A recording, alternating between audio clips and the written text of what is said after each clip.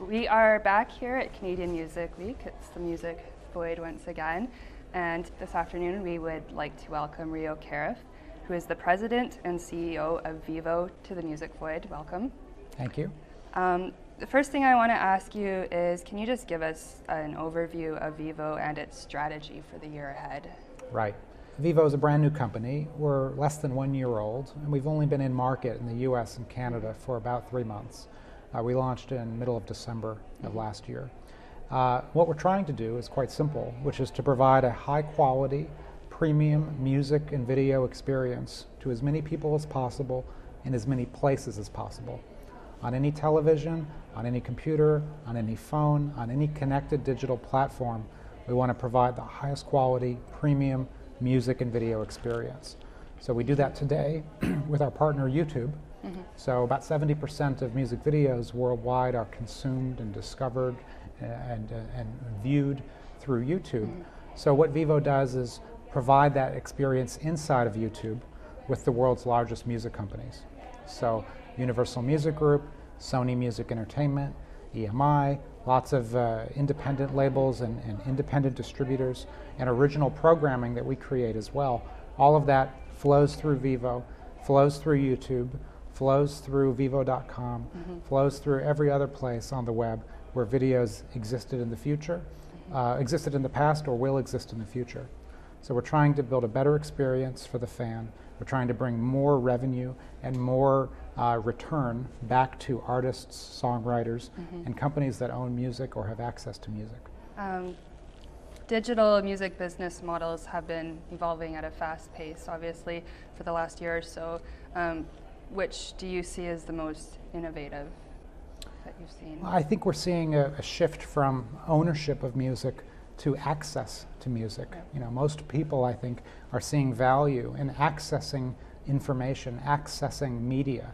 The more you're connected to the internet, the less you want to own anything, and the more you want to access everything.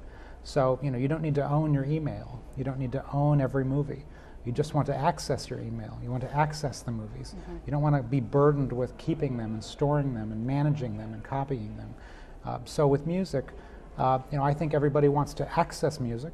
They want to access music in an on-demand fashion. They want to access music in a passive linear programming experience where they sit back and listen to music. But I think you just want to access music and don't want to own and possess it and keep it and store it. So I'm a big fan of cloud-based music services. I'm a big fan of the ability to access anything I want. So in the US, there's a service called Lala that I like that was acquired by iTunes recently. I like Spotify. I use that service a lot. So anything that allows me to access anything I want, to access it on any device at any time, and be freed from the burden of moving MP3 files and synchronizing libraries and worrying about where did I buy that music and where did I keep that music and where do I store that music. To me, that's a hassle. So I like access-based music business models, services like Lala, services like Spotify. There's been, I guess, over this past year, there's been a lot of debate around streaming services cannibalizing a la carte sales. What's your take on this debate? Well, I think that you can take the position that there's people who want to buy music, and you can take the position that there's people who will listen to music but will never buy it, and there's people who you know, love music but won't pay to access it or won't pay to download it under any scheme. So you've got different types of customers and different types of people in the audience. And overall, I think that that the more people taste access to music, you know, the more valuable that experience becomes. And I think that arguments about cannibalization are valid, but I don't think those are sustainable long-term arguments to make. I think it's about, you have to protect the existing business model, but you can't protect the existing business model at the expense of the future business models. So I think you have to embrace a model that rewards access and rewards ownership. So I think the right model is one where you get to keep anything you want, but you can also access anything you want. And so I'd like to be able to access anything I want and again keep 10 MP3s a month. And I reward that. That keeps me as a subscriber, and it keeps me as a customer, because I get to keep the stuff I really like and I can access anything else that I want. So I think a hybrid model that combines ownership of music with access to music is a good model in this transition period where we're going from owning music to accessing music, which is a transition that I think will take place over the next 3 to 5 years. In your view, have streaming services like Spotify and We7.com been successful in converting previous fans from consuming music via P2P sites to legal streaming services? Well, I think that we're, this morning during the conference, I think it was Michael Paul from Sony Music who said that legitimate licensed paid services are now getting to the point where they are as good as or better than pirate or free services that have been out there, unlicensed services. So I think now using Spotify or using these types of services, is basically easier and better, than trying to find and steal it on your own. So the user experience of Spotify is good. In fact, some would say it's great, but it's just not worth my time to try and use anything else. So in terms of who you're trying to reach with that type of a service is not necessarily people who buy music, but people who used to steal music, and convert those people to be Spotify's users. So but you're competing with free, so you have to be as good as free and then better than free in order to get people to switch over to you. So you can't introduce any friction or hurdles or speed bumps. So I think that it is being successful at magnetizing large amounts of people to use what is a great service, and they see real value in it. And once you start making playlists and sharing playlists and accessing Spotify on your phone and many other places, you start to realize that this is a good experience. I can connect with all these people, I can access all this music, I can get it anywhere I want, and that's a better experience than the alternative. And so if people see value in something, I think they will pay for it. But what's important to understand is not whether they will pay for it or not, it's who's paying for it. Because a lot of people will get hung up on the word subscription and getting people to pay for music, and those are important concepts. But I think a lot of people see value in accessing music, but I think they will pay for it in different ways. So, for example, if there was a new iPhone and it came with access to unlimited music, right, and it never said the word subscription, and it's never said the word $10 a month, $15 a month, $5 a month, right? I think a lot of people would like it. You just get the iPhone, it comes with unlimited music, you don't have to pay anything extra, you don't have to sign up for any service, you don't have to check a box or opt into anything, right? It just works. Like voicemail. Voicemail just works. Some people like it, some people don't like it, but everybody pays for it, everybody uses it, and whether you don't like it or whether you like it, it's bundled into your service. Right. So I think subscriptions to music will no longer be called subscriptions to music, and they will be bundled into devices and services that people already pay for, like your broadband internet connection or your mobile phone. And so I think that's where you'll see the next phase of growth in these services. What about ad-funded streaming models? Do you think that they're viable in terms of compensating labels and artists over the medium to long term? I think Vevo is an ad-funded streaming model for video. I think video is a more sustainable model than audio at this stage in the marketplace. I think delivering enough advertising dollars to really make up what it costs to license and stream music, I don't think is possible really in today's marketplace. I think video, it's very possible, and that's why Vevo focused on video first and not audio. And so we see significant advertising dollars and significant monetization opportunities around video, and it's much easier to make money around video than it is around audio. Right. So I'm less bullish on pure ad-supported models for audio streaming than I am on video. But I think free streaming plays a role when coupled with a premium subscription model like Spotify. So all subscription services, whether you're Netflix, whether you're a cable television, or whether you're any kind of paid recurring model, has to acquire customers, right? And customer acquisition comes at a marketing expense.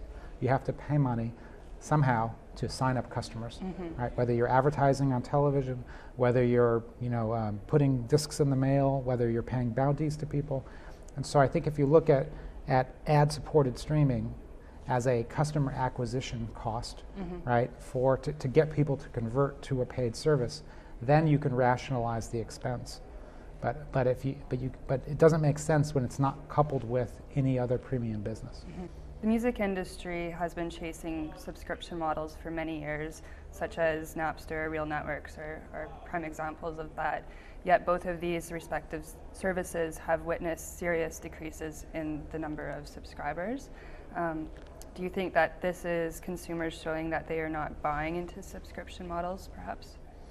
I think I might have addressed it on one of my earlier answers, but I think that the customers who subscribe to Rhapsody and Napster see value in those services, but I think that there's only a certain amount of people, right, who will proactively and positively sign up and pay for those services. So the market is finite. The market is not everybody who loves music. The market is only the people who are willing to do that. So I think in order to go to the next plateau, the next level of growth, you have to bundle those services in with devices and network access models that people already pay for. You also have to do a better job marketing those services. Most people don't know what a subscription is, right? So the word subscription is not a good word, from this perspective. I think if Steve Jobs and Apple did a subscription model, they would never say the word subscription model. They would never say, that it's $15 a month. They would never market it that way. And so the way it's described, the way it's packaged, the way it's marketed, the way it's promoted, the way it's priced, the way it's bundled, are all very important when it comes to getting a lot of people involved. And I think so in order for it to go to the next level, you have to market it, package it, price it, and call it something different. And because I think the core value proposition of what is it is compelling. If you tell people what it is, then it's interesting. People want access to everything. And the more places they can access it, the better. But right now, so I think if you look at Napster and Rhapsody, I don't think that that's an indicator of the market. I just think that's an indicator of where the market used to be, not where the market will be. How important is portability in Vevo's strategy? It's fairly important. It's not as important, I'd say, as if we were an audio-only service, where it would be vital. Without portability, you're not interesting to many people. And so, but with video, portability is important, but it's not as important as being on all screens in all places. So we take a ubiquitous distribution strategy. We want to be on all computers. We want to be on all televisions that are connected to the internet, on all game consoles that are connected online, and we want to be on every mobile platform. So we are launching a number of mobile applications to enjoy and access Vevo later this spring on iPads, on iPhones, in a lot of interesting places, and that will be a part of our strategy. But it's not the centerpiece of our strategy this year. But I do think, looking at a little bit further, there will be countries where mobile is the only place that people enjoy Vevo. Mobile is the only place where people can access the best Vevo experience. But right now, because we launched in the US and because we're focused on YouTube first, right, it became a PC-centric mentality. But I think that will change rapidly over the next year. Awesome. On a final note, what's your favorite music device right now, and why? Let's see. I love my Sonos system at home. It allows me to get all of my music in every room in my house, from the internet, from the cloud, from subscription services, from my MP3 library, from Pandora, from any service. So I really like that. When I'm on the go, I use my iPhone to access Pandora, to access Rhapsody, to access all of my music. So I think of getting that integrated into my car, accessing it on the plane, iPhone and all of the apps that enable access to cloud-based music services are what I love. When I'm home, the Sonos is the best system. So that's what I'm into right now. Perfect. That was my last question for you. So Rio, I do want to thank you once again, Rio, President and CEO of Vevo. So thank you for talking to the Music Void today. Thank you. And I hope you enjoy Canadian Music Week. Yes, thank you.